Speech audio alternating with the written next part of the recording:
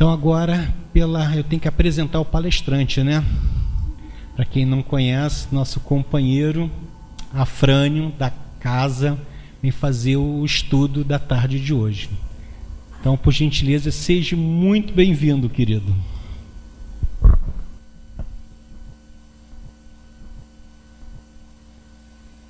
Obrigado, Ricardo. Boa tarde, amigos. Aqui estamos no dia 31 de março, para conversar sobre um episódio importante desta data. Há 148 anos atrás, desencarnava o nosso codificador da doutrina espírita, o nosso querido Allan Kardec.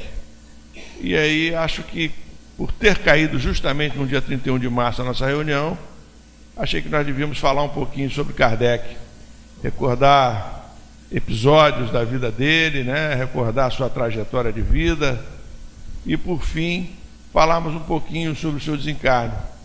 Talvez eu traga para alguns aqui algumas informações que não são normalmente disponibilizadas para o público, Mas a ideia então é essa, é falar sobre Kardec no dia de hoje. Vamos ver aqui, falar sobre esse homem aí, Hippolyte Léon Denisard Rivail, que nós aprendemos a chamar de Allan Kardec, Nós vamos, ao longo da exposição, nós vamos ver em que momento ele adota o nome de Allan Kardec. E é isso, O verdadeiro nome dele, eu já acabei de falar, Hippolyte Léon Denisard Rivail.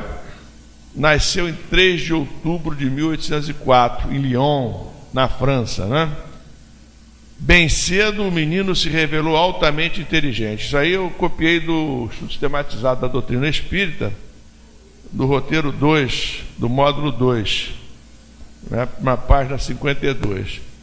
Ele se revelou altamente inteligente, agudo observador, denotando franca inclinação para as ciências e para os assuntos filosóficos, compenetrado de seus deveres e responsabilidades, como se for um adulto. Então, um espírito maduro, Nosso codificador, desde jovem, ele demonstrava ser um espírito maduro, um espírito pronto para a tarefa que lhe estava confiada, porque ninguém recebe a incumbência desse trabalho magistral que ele desenvolveu, se não é um espírito preparado para essa tarefa. Mesmo assim, dizem os espíritos, se Kardec, por algum motivo, ele deixasse de cumprir adequadamente a missão que lhe fora confiada, a tarefa que lhe fora confiada, nós teríamos Leon Denis, outro espírito maduro, contemporâneo de Kardec. O Leon Denis teria condições também de trazer a codificação da doutrina espírita, mas felizmente Kardec manteve o seu compromisso e Leon Denis o dele, porque os dois trouxeram uma série de obras muito importantes para a doutrina espírita, Haja vista que a obra que fez com que o nosso querido professor Eurípides Barçanufo, mentor desta casa, se convertesse ao espiritismo, foi uma obra de Leon Denis, o livro Depois da Morte, que é um livro que eu recomendo a todos a leitura. Quizá no futuro a gente volte a estudar. No período passado a gente estudou com um grupo muito pequenininho, aos sábados, esse livro aqui na casa. Quem sabe para frente a gente não volta a estudar esse livro. Bom, aqui é para trás, aqui é para frente. Aí, um rápido panorama aí da trajetória de Kardec. Nasceu 19 horas, 3 de outubro, em Lyon, na França. Em 1820, portanto, aí com 16 anos, ele foi para Yverdon, ou Yverdun, Eu encontrei as duas denominações na Suíça, é uma cidade na Suíça, e ele foi, portanto, aluno de Pestalozzi, que foi um pedagogo, suíço educador, pioneiro da reforma educacional. Eu trouxe aqui uma fotografia aí do Castelo de Verdun, que é onde o Pestalozzi desenvolvia o educandário dele, lá em Yverdun, Então esse aí era o castelo onde Pestalozzi ministrava as suas aulas, onde ele ministrava as suas ideias, onde ele desenvolvia as suas ideias sobre a educação. Esse aí é o Pestalozzi, aí é um quadro, Pestalozzi e os órfãos de Stans, né? Então veja aí que Pestalozzi não mantinha a distância tradicional das crianças, como era comum na sua época. Ele se envolvia com as crianças, ele ouvia as crianças, ele brincava com as crianças, e naturalmente esse tipo de comportamento favorecia a educação. Então, veja aí, tem um lá agarrado no pescoço dele, uma porção ao redor. Então, Pestalozzi, ele veio lançar luz sobre o sistema educacional na época dele. Em 1822, portanto, aí com 18 anos, né, o nosso Kardec se torna mestre, bacharelando-se em letras e ciências.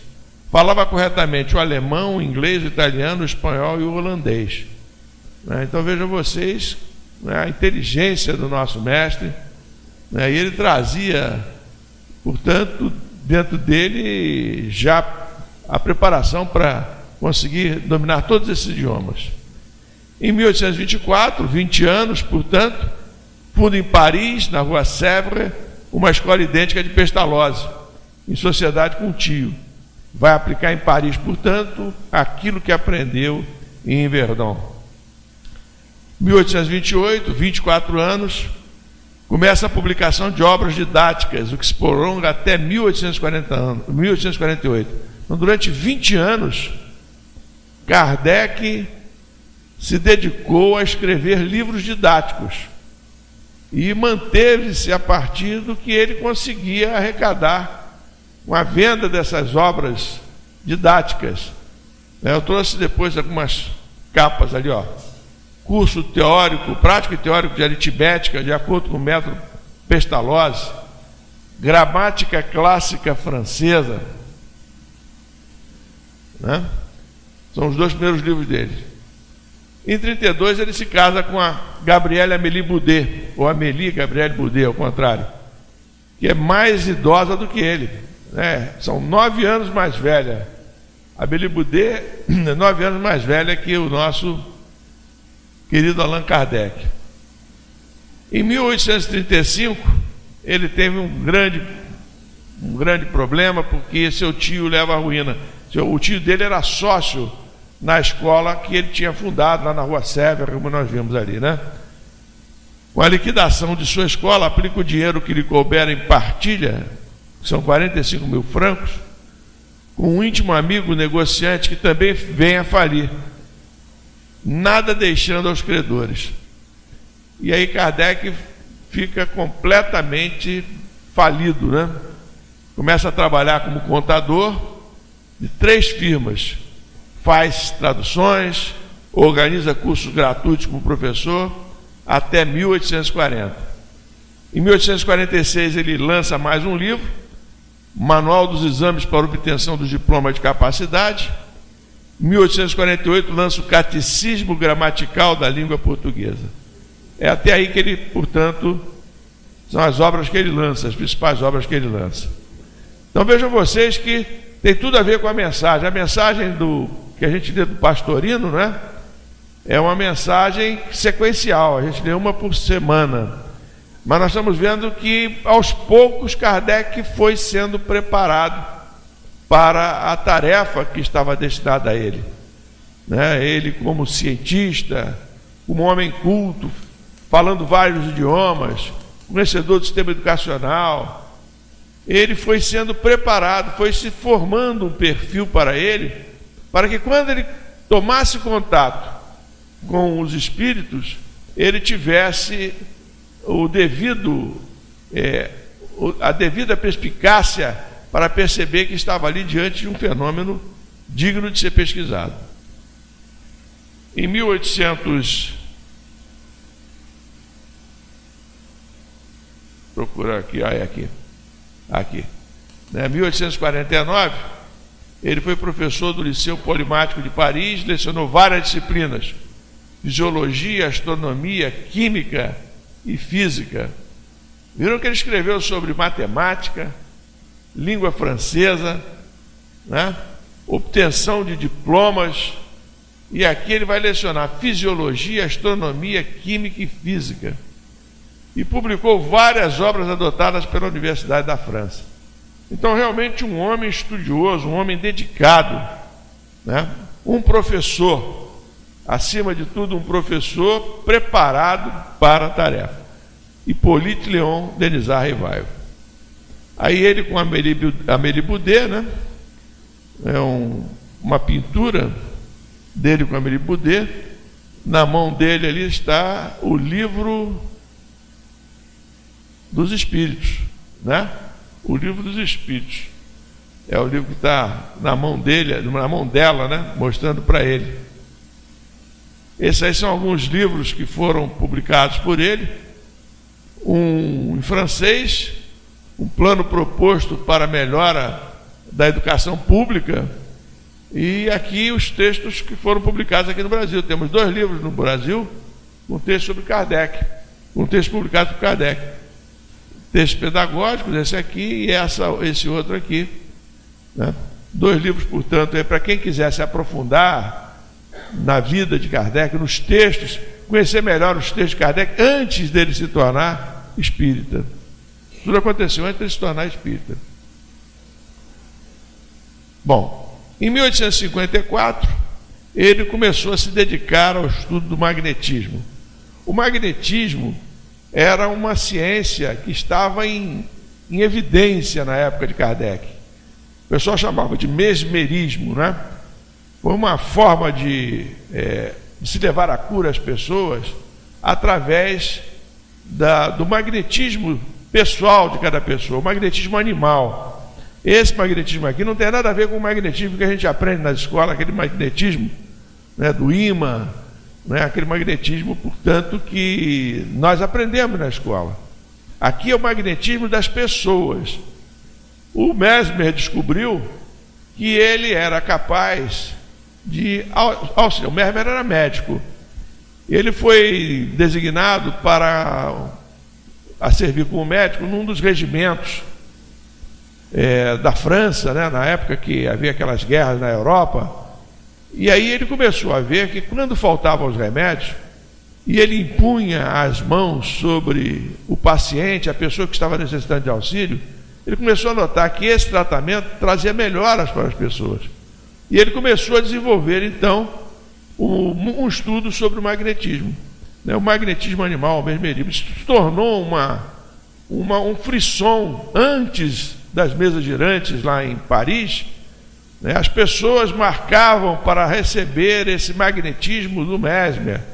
Vários estudiosos, várias pessoas estudiosas da sociedade francesa começaram a se interessar pelo método e começaram a se tornar magnetizadores. Kardec foi um deles, né? Kardec foi um deles. Nesse momento aí que Kardec estava entusiasmado com o magnetismo, ele é levado por um amigo dele, um magnetizador também, o senhor Fortier, né? Ele foi levado, ouviu falar pela primeira vez nas mesas girantes, pelo senhor Fortier. Aqui cabe um parênteses para dizer o seguinte: esses estudos de magnetismo são tão importantes na vida de Kardec, que Kardec estava ficando cego, e ele é levado, a medicina da época diz que era um problema que ele tinha, que não havia cura, a cegueira era irremediável. Então Kardec visita um médium que era magnetizador, né? Porque o magnetismo era aplicado também por alguns médiuns, hoje um pouco comuns no nosso dia a dia, mas eram médiuns sonâmbulos, capazes, portanto, de entrar em contato. O médium sonâmbulo, ele está no mundo espiritual, assim como nós estamos aqui no mundo material. Ele fica consciente, ele conversa com o espírito no mundo espiritual, e o espírito diz para ele a doença que a pessoa que está sendo consultada tem, e qual o tipo de magnetismo que deve ser aplicado, onde deve ser aplicada a energia para que a pessoa se beneficie. Bom, então Kardec vai a um desses médiuns sonâmbulos que tem contato com o espírito de um médico desencarnado, e através desse tratamento ele se cura. Então ele se torna magnetizador também, ele começa a estudar o magnetismo. Então, se vocês forem estudar um pouco mais sobre o magnetismo, se vocês forem à Revista Espírita, vocês vão ver que o Kardec se refere ao magnetismo como uma ciência irmã ou co-irmã do Espiritismo. E é justamente esse estudo de magnetismo que é o fundamento teórico do passe que nós aplicamos na nossa casa espírita. O passe que os espíritas aplicam tem fundamento teórico no magnetismo lá que o nosso querido Mesmer praticava no final do século XVIII, século XIX, na França. Então é isso. Então Kardec, entusiasmado com o magnetismo, ele se tornou um magnetizador, começou a estudar. E aí ele encontra o senhor, encontra um colega seu, que também é estudioso do magnetismo, o senhor Portier, e tem aí a notícia, isso em 1854. Mas ele não dá muita atenção, porque esse negócio de mesa girante, as mesas, algumas se elevavam, giravam, outras elas batiam, levantavam numa das, vou chamar de perna, né? Uma das pernas da mesa, batiam no chão. Ele não dá muita atenção ao fenômeno. Até que em 1855, essa é uma data marcante, ele encontra o senhor Carlotti, um grande amigo dele, que vai lhe falar sobre a intervenção dos espíritos. Esse Carlotti é que diz que as mesas girantes estavam começando a responder perguntas. E aí Kardec fica, poxa, isso é um efeito inteligente? Para um efeito inteligente tem que haver uma causa inteligente. E aí ele se interessa em conhecer o fenômeno em 1855. É aí que Kardec então começa a sua atividade de espírita. Vejam, ele conhece o espiritismo em 55, vai desencarnar em 69, não é? Em pouquíssimo tempo ele constrói todo esse arcabouço de obras espíritas que são tão importantes, tão fundamentais para nós que hoje estamos aí como nos considerando espíritas, né? Então ele passa a interessar-se e pesquisar, né, com os mortos, os espíritos, né, com o concurso de vários médicos. Olha a idade das meninas aí, a Caroline e Julie Baudin. A Caroline tem 16, a Julie tem 14, Ruth Celine Jafé, a Aline Carlotti e Irmã Sifor, todas com 14 anos de idade, né? Então, as meninas muito jovens, todas meninas e todas muito jovens, a mais velha com 16 anos. Então ele começa a investigar as mesas girantes, como eu disse, elas giravam realmente, mesas pesadas e desafiavam a força da gravidade. A tiptologia, que era o barulho que se ouvia nas próprias mesas, e outras formas de comunicação. Então Kardec começa a se interessar pelo espiritismo, né? Em 56, em 30 de abril, na casa do senhor Rustan, através da senhorita Ruth Celina Jafé, um espírito lhe revela pela primeira vez a sua missão. Quer dizer, em 56 ele fica sabendo que a missão dele era essa, a de trazer a doutrina espírita. E em 57, segundo André Morel, que é um dos seus biógrafos, o espírito Zéfiro informa-lhe que numa existência anterior o conhecera e que ele se chamava Allan Kardec. Então, em 18 de abril, quando ele edita o Livro dos Espíritos, 18 de abril de 1857, ele adota o pseudônimo de Allan Kardec.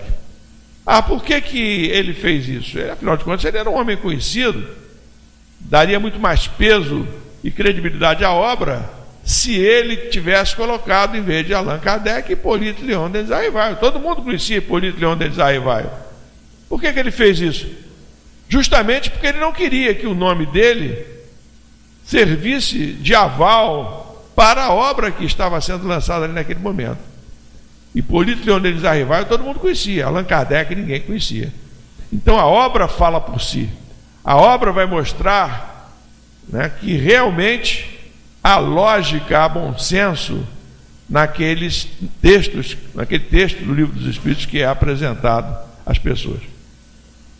O Herculano Pires diz que Allan Kardec nasceu em 18 de abril de 1857, né, e não lá em 3 de outubro de 1804, né, porque é a partir de 1857 que a gente passa a conhecer Allan Kardec. Allan Kardec, durante toda a sua vida, ele se dedicou plenamente à tarefa.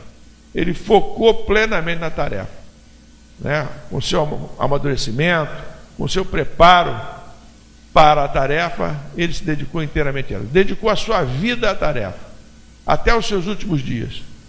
E no momento que ele vai desencarnar, ele está entregando o exemplar de março da Revista Espírita de 1869 ao seu livreiro.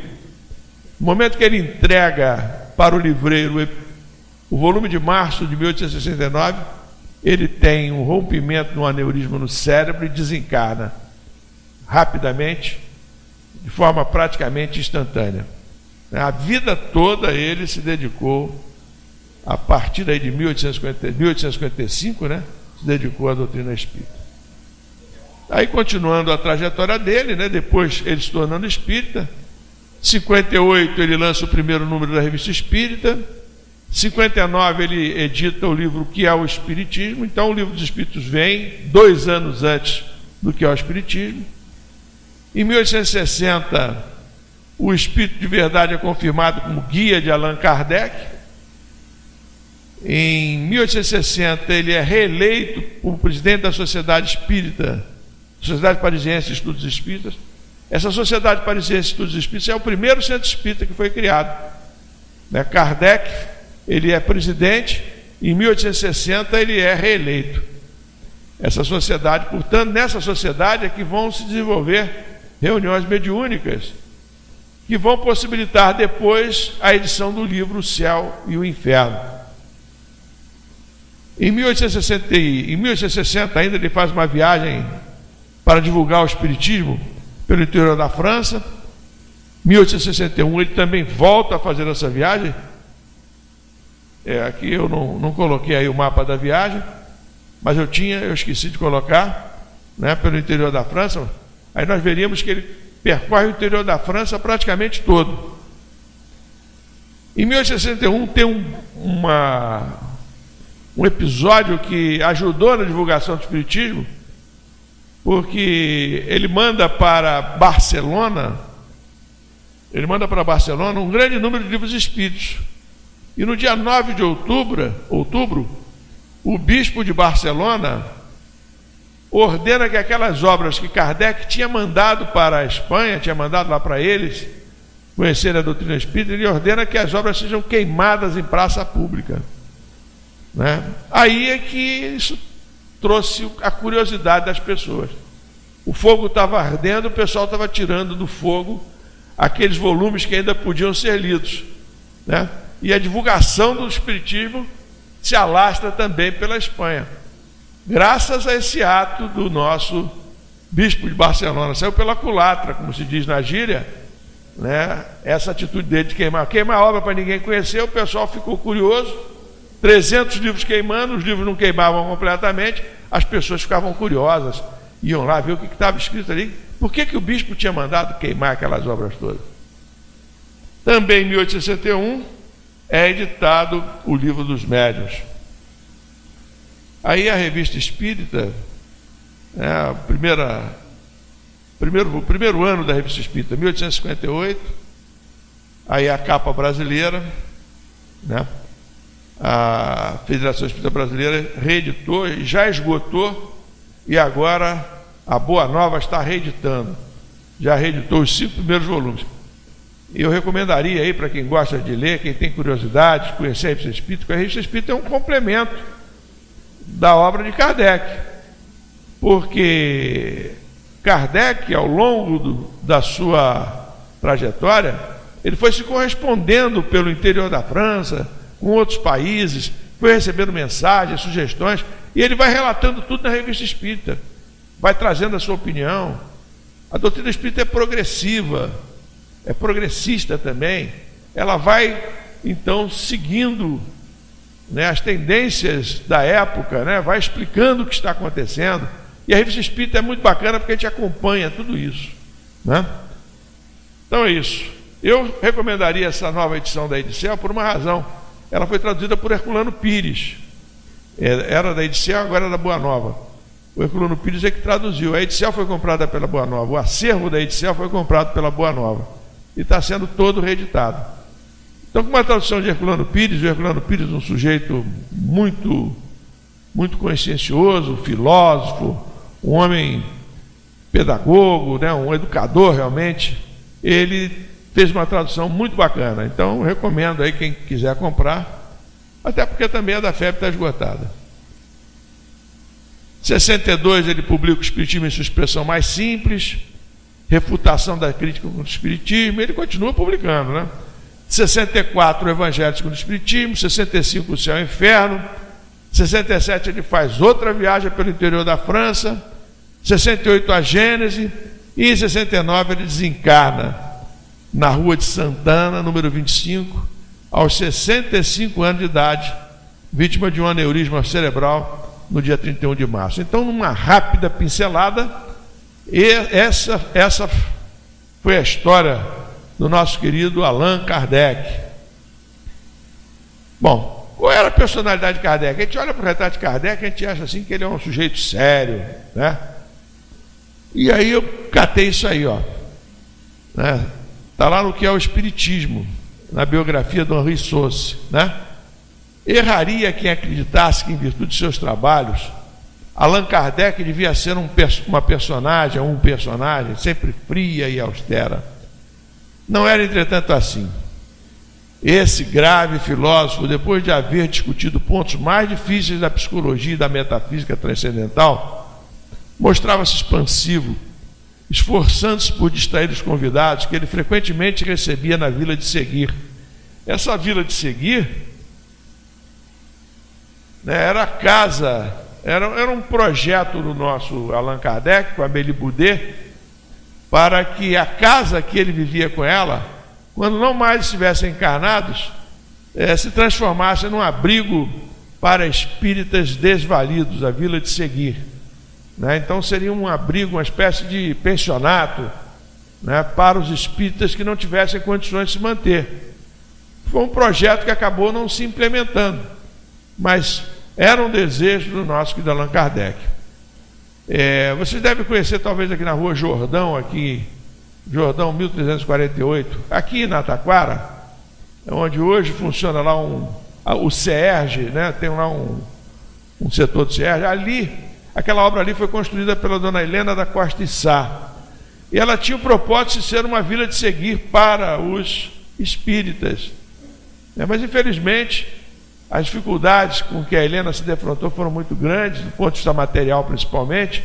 Ela desencarnou e a Vila de Seguir dela também não saiu do papel, como também não saiu a do Kardec, né? E hoje o CERJ toma conta, né? Lá são feitas várias apresentações de várias peças artísticas, né? Outros trabalhos são realizados naquele Rua Jordão, ali do lado do supermercado Guanabara, ali na estrada do Cafundá, né? Era a inspiração da Helena tentar fazer a Vila de Seguir. Bom, mas então é isso, né? Ele recebia frequentemente na Vila de Seguir, conservando sempre digno e sóbrio em suas expressões, sabia adubá-las com o nosso velho sal gaulês, em rasgos de causticante e afetuosa bonomia. Então ele era um sujeito alegre, era um sujeito espirituoso. Ele não era aquele cara carrancudo, como pode, à primeira vista, a sua imagem sugerir. Gostava de rir com esse belo riso franco, largo e comunicativo, e possuía um talento todo particular em fazer os outros partilharem do seu bom humor. Na biografia do André Morel Henri Sauce, sobre Leon Denis, né, porque o Leon Denis também foi biografado por ele, o Henri Sauce, o André Morel, agora o Henri Sauce, ele conta de um episódio, né, de que ele, Leon Denis, havia presenciado o nosso Kardec com a Amélie Boudet tirando frutos de uma árvore, juntamente os dois ali na maior brincadeira, na maior intimidade, os dois. E aí o Leon Denis testemunha naquele momento como era alegre o nosso mestre, né? Isso tudo para desmistificar essa ideia de que, por ser sisudo, o nosso Allan Kardec, por ser um homem sério, Allan Kardec era um homem sisudo. Não, ele era sério, não sisudo. Então ele desencarnou em 31 de março de 69, com 64 anos, né? Estava organizando novas tarefas. O lema dele sempre foi trabalho, solidariedade e tolerância. Ele morreu em 31 de março, mas só foi enterrado em 2 de abril de 1869. E aqui não sei se vocês sabiam, mas ele não foi enterrado, o corpo dele não foi enterrado no cemitério onde hoje se encontra um monumento que o homenageia. Ele foi enterrado no cemitério de Montmartre, que é o cemitério mais antigo de Paris, em 2 de abril de 1869, 2 dias depois, portanto, né? Muita gente vê nessa indicação aí de que ele foi enterrado em 2 de abril de 1869, vê nisso um indicativo que a espiritualidade que nos dá, de que ele, Allan Kardec, reencarnou como Francisco Cândido Xavier, porque Francisco Cândido Xavier nasceu em 2 de abril de 1910. Então, muita gente acha que este é um indicativo que nos foi dado para dizer, ó, Kardec voltou. Desencarnou em 31 de março, foi enterrado em 2 de abril, mas em 2 de abril ele voltou. Voltou como Francisco Cândido Xavier. É claro que isso não importa. A obra dos dois foi muito expressiva, mas que no mínimo é uma coincidência muito grande. Ah, lá isso é, né? Os dois no dia 2 de abril. Esse é o cemitério Montmartre, é o mais antigo de Paris, né? Mas aí, né, a Sociedade Espírita de Paris, a Sociedade Parisiense de Estudos Espíritas, nós vimos lá, né? Foi fundada por Kardec. Ela entende que Kardec deveria ser homenageado com um monumento. Então é isso, né? De onde vem essa ideia de um monumento para sepultar o corpo de Kardec? Aí vem da Sociedade Espírita de Paris, né? Eles dizem assim, né? Essa aspiração humana, mais sincera, ganhou vulto e em pouco tempo ela aderiu um grande número de correligionários. Olha o que eles dizem aí, ó. É bem evidente que para nós, como para todos que o conheceram, que o senhor Allan Kardec, como espírito, não se interessa de modo algum por uma manifestação desse gênero. Kardec não estaria nem um pouco preocupado em ser homenageado com monumento. Mas acontece que ele era o chefe, digamos assim, o líder de um segmento religioso. E esse segmento religioso queria homenageá-lo, é o que eles dizem aí, né? Mas o homem se apaga, neste caso, diante do chefe da doutrina, e o exige a dignidade, nem mais, o dever daqueles que ele consolou e esclareceu, que se consagre por um monumento imperecível, o lugar onde repousam os seus restos mortais. Então a Sociedade Espírita de Paris resolve fazer um monumento para o nosso professor Allan Kardec. E o monumento é esse aí, ó. O corpo dele, os despojos mortais dele, saem do cemitério de Montmartre e vão para o cemitério de Père Lachaise, que era um cemitério novo, e lá no cemitério de Père Lachaise recebe esse monumento aí, que é um dolmen, né? Dolmen é um monumento druídico formado de uma grande pedra chata posta sobre 2 outras verticais, né? Então, vocês não precisam mais ir a Paris para conhecer o túmulo de Kardec. Vão conhecer aqui hoje, o monumento em homenagem a Kardec, né? Então, por que foi um dolmen? Porque dolmen era a maneira como os druidas eram sepultados no passado. Kardec não foi um druida, não foi o que o Zéfiro falou, que no passado ele tinha sido um druida. Então a homenagem foi essa. A homenagem era fazer um monumento druídico para aquele que foi um druida no passado, né? Vamos ver mais desse dolmen de Kardec, né? Segundo a Sociedade de Paris, porque de todas as crenças antigas é ainda o druidismo praticado por nossos antepassados, os gauleses, a que mais se aproxima de nossa filosofia atual. Também nos monumentos funerários que cobrem a antiga Bretanha, que a comissão reconheceu a mais perfeita expressão do homem e da obra que se tratava de simbolizar. Eu estou falando, né? Os gauleses, né? Os druidas viveram entre os gauleses. Os gauleses são aqueles que originaram o povo francês. Então, por ser povo francês, por ter sido um gaulês no passado, eles resolvem homenageá-lo com um dolmen, né? Vocês, não sei se é da época de vocês, se vocês já viram História em Quadrinho, ou se vocês já viram o filme do Asterix, né? Mas o Asterix é um druida, né? E lá o Asterix é um gaulês, e lá no gaulês tem um druida chamado Panoramix, né? Já vi que vocês não leram o nosso Asterix, né? Tem o Asterix, o Obelix, que caiu dentro de um caldeirão de poção mágica lá e se torna super forte, né? E tem o Panoramix, que é o druida, é um sujeito de barbas brancas, né, que se veste da forma como os religiosos da época se vestiam, né? Então, essa é a época em que Kardec viveu como druida. Kardec foi um sábio desses aí, tipo Panoramix. E o interessante é que o Obelix, não sei se vocês se lembram, mas toda vez que o Obelix aparecia, ele levava uma pedra nas costas, né? Essa pedra que ele levava nas costas é justamente uma das pedras que constitui o dolmen. Vamos falar nisso agora, né? Então, foi projetada a construção do dolmen.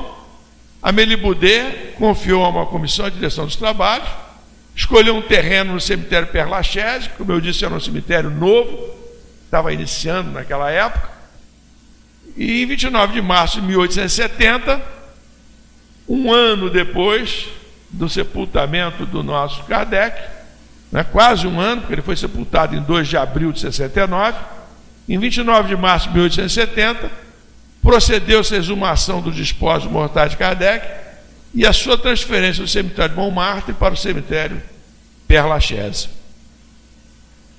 No dia 31 de março de 70, os espíritos inauguravam o monumento domênico, levantado em memória de Allan Kardec, com a presença de grande número de espíritos de Paris.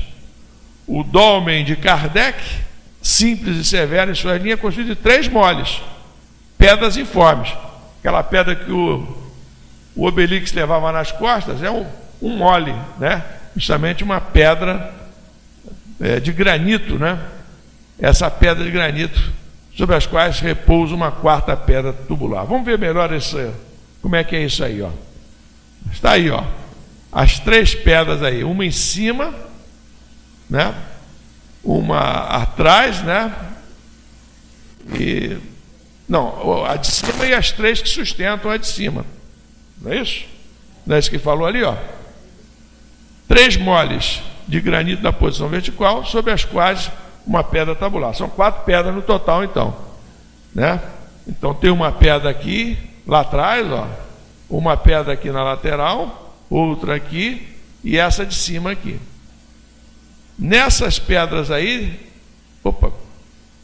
né, no centro se eleva um pedestal, no topo do qual está colocada a erma, quer dizer, o busto em que o peito, as costas e os ombros são cortados por planos verticais em bronze de Allan Kardec, quase em tamanho natural, né? Então é isso aqui, né? Voltamos lá. Erma é ali, ó, esse busto aqui que é colocado na face do referido pedestal. Leem-se as seguintes inscrições: fundador da filosofia espírita, todo efeito tem uma causa, todo efeito inteligente tem uma causa inteligente. A potência da causa inteligente está na razão da grandeza do efeito. 3 de outubro de 1804, 31 de março de 1869, portanto, aí as datas de nascimento e morte do Hipólito Leon Denis, aí vai o nosso querido Allan Kardec. Então a gente pode ver aí, ó, aqui a Herma, né? O busto, né? E aqui em francês, né? Todo efeito tem uma causa inteligente, né? Aquela frase que nós vimos ali. Então, continuando, no bordo frontal da pedra, acha-se gravada a máxima que resume a doutrina espírita, de justiça e progresso. Nascer, morrer, renascer ainda, progredir sem cessar, tal é a lei. As pessoas dizem que essa frase é de Kardec. Não, essa frase não é de Kardec. Essa frase está lá no Dolmen de Kardec, lá no cemitério de Père Lachaise. O cemitério do Père Lachaise, o mais importante de Paris, hoje ele é o mais importante, é uma das necrópolis mais visitadas de todo o mundo, e isso desde a sua inauguração em 1804. Ainda hoje atrai a admiração dos turistas que vão a Paris, a Cidade de Luz. Então está aí, ó, naquela pedra do alto, né? Nascer, morrer, renascer ainda e progredir sem cessar, tal é a lei. No dia em que Allan Kardec desencarnava, constituindo esse fato dolorosa surpresa para todos os seus amigos e para os espíritos em geral, nesse mesmo dia o senhor E. Miller, grande amigo do codificador de sua digna esposa, mandou um telegrama aos espíritas lioneses: morreu o senhor Allan Kardec, será enterrado sexta-feira. Quer dizer, ele morreu numa quarta, né? 31 de março, e foi enterrado na sexta, 2 de abril. Esse mesmo senhor Miller narra pormenorizadamente o desenrolado sepultamento do corpo de Kardec. Através dele a gente fica sabendo como é que foi o sepultamento, quem falou no sepultamento, o que foi dito no sepultamento. Então ele diz aqui, ó, um grande silêncio se fez. O vice-presidente da sociedade, senhor Levan, se aproximou da vala e sua voz emocionada, compenetrada, convicta em nome da entidade, Sociedade Espírita de Paris, solicitou ao morto prosseguimento de seus conselhos. E lhe disse, não um adeus, mas um até breve. Então o presidente da Sociedade Espírita de Paris substituiu Kardec, né? Pede que Kardec continue aconselhando. Quer dizer, Kardec desencarnou, mas ele poderia continuar aconselhando. Aí Camille Flammarion, sobre o pequeno cômoro, que é uma elevação no terreno, tomou a palavra em nome da ciência unida do Espiritismo e da enérgica maneira afirmou aos olhos de todos a fé que o anima. Então Camille Flammarion é o segundo a falar. Camille Flammarion era o diretor do Observatório de Paris, um astrônomo, um homem famoso, um cientista conceituado. E eu tirei um pedacinho do discurso aí do Camille Flammarion, porque a gente diz que Kardec é o bom senso encarnado. E quem disse pela primeira vez que Kardec foi o bom senso encarnado foi o Flammarion, no seu discurso. Diz ele, ó, fora Allan Kardec um homem de ciência, e de certo não houvera podido prestar este primeiro serviço e dilatá-lo até muito longe, como um convite a todos os corações. Ele era, porém, o que eu denominarei simplesmente o bom senso encarnado. Ação reta e judiciosa, aplicava sem cessar a sua obra permanente às indicações íntimas do senso comum. E ele continua. Quem quiser ler o discurso todo do Camille Flammarion, vai encontrá-lo no livro Obras Póstumas. Está transcrito todo o discurso do Camille Flammarion. Depois do Camille Flammarion fala Alexandre Delane, pai de Gabriel Delane, né? A doutrina espírita, ela se assentou, né, tal qual o Dolmen de Kardec se assentou em 4 vigas aí importantes, né? O próprio Kardec, né? O nosso querido Leon Denis, Gabriel Delane e o próprio Camille Flammarion. Gabriel Delane era filho de Alexandre Delane. Alexandre Delane era amigo íntimo de Kardec. Gabriel Delane vivia na casa de Kardec com o pai. Há fotos ou representações gráficas de Gabriel Delane sentado nos joelhos de Kardec, ainda garoto, né? De maneira que quando Gabriel Delane se torna um homem adulto, ele dá sequência à obra de Kardec, olhando-a pelo lado científico. Enquanto o nosso querido Leon Denis olhava a obra pelo lado filosófico, religioso, o lado científico é com Gabriel Delane e Camille Flammarion. Um quarto discurso é pronunciado, o senhor Barrault, né, não consegui nenhum registro. Teríamos que ler as cartas do Miller para que nós pudéssemos ver o que o Barrault falou. Cada orador, dirigindo-se ao espírito Allan Kardec, lhe dizia: velai por nós, velai por vossas obras, vós possuís a liberdade, na convicção sincera de que Kardec estava numa nova vida. Contando a partir do momento em que ouviu falar das mesas girantes, foram 15 anos de dedicação ininterrupta à pesquisa e codificação da doutrina espírita. 15 anos, né? A gente vê como nós ainda somos espíritos muito menos preparados, muito menos evoluídos do que Kardec, né? Em 15 anos, Kardec realizou uma obra monumental, que nós, às vezes com muito mais tempo, não conseguimos realizar, né? Então, mas a gente não deve desanimar, é o que disse ali a mensagem inicial da paciência, né? A gente tem que esperar, a gente tem que ir trabalhando e esperando, que no momento certo nós iremos realizar a tarefa que nos está destinada pela espiritualidade.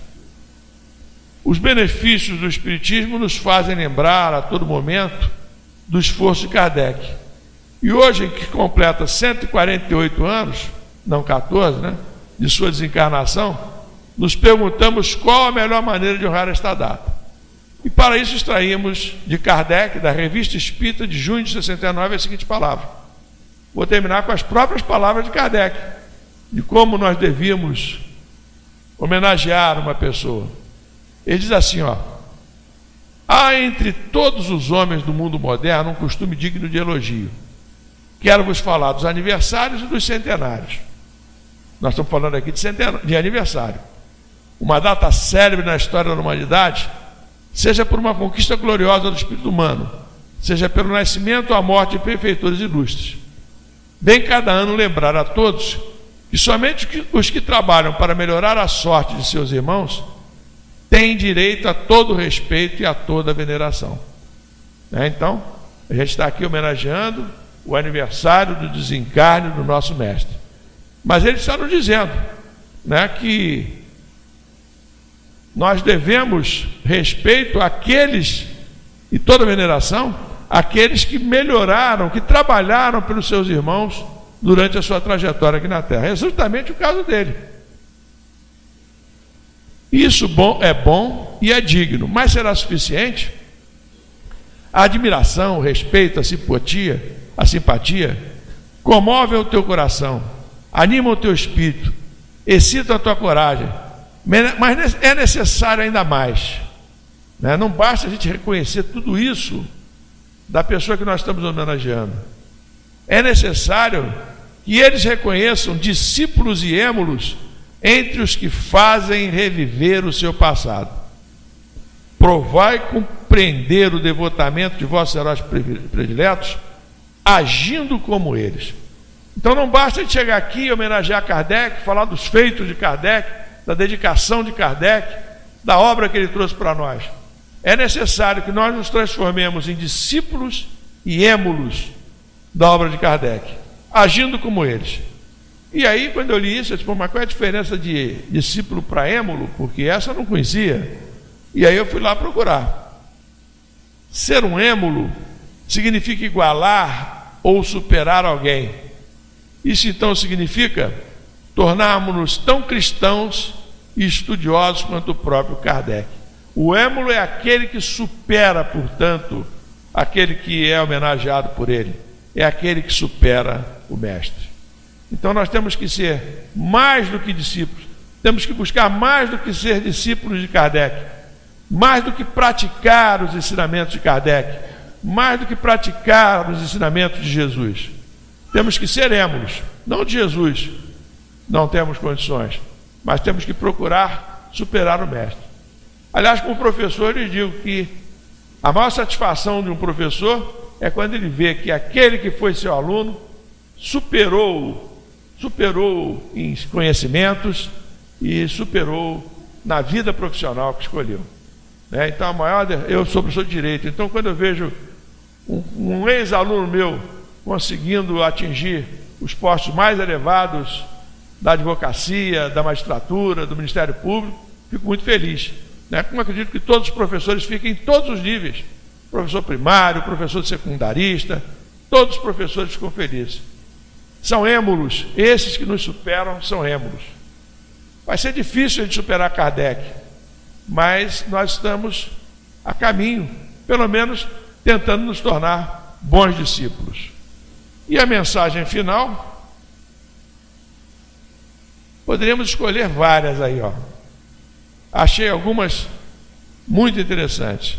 Uma de Bezerra, uma de Amaral Ornelas, 3 de Emmanuel, tem uma do Augusto César, tem uma porção de mensagens homenageando Kardec.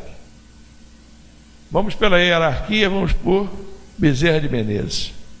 Allan Kardec nos estudos, nas cogitações, nas atividades, nas obras, a fim de que a nossa fé não se faça hipnose pela qual o domínio da sombra se estabelece sobre as mentes mais frágeis, acorrentando-as a séculos de ilusão e sofrimento. Seja Allan Kardec não apenas crido ou sentido, apregoado ou manifestado a nossa bandeira de fé, mas suficientemente vivido, sofrido, chorado e realizado em nossas próprias vidas.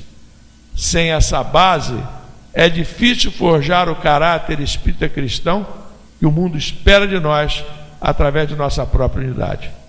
Esse é uma psicografia de Chico, está no livro Doutrina e Vida, só seja vivido, sofrido, chorado e realizado em nossas próprias vidas. Então, que o nosso mestre Allan Kardec, onde quer que esteja, possa receber a nossa homenagem nessa tarde de dia 31, e mais do que isso, que ele possa registrar em cada um de nós o nosso esforço para vivermos, a mensagem que ele trouxe para nós. Não apenas crermos, mas vivermos, sofremos e muitas vezes chorarmos com a mensagem que ele nos transmitiu com tanto amor e com tanta dedicação. Meu obrigado aí para vocês, e uma boa tarde para todos. Graças a Deus.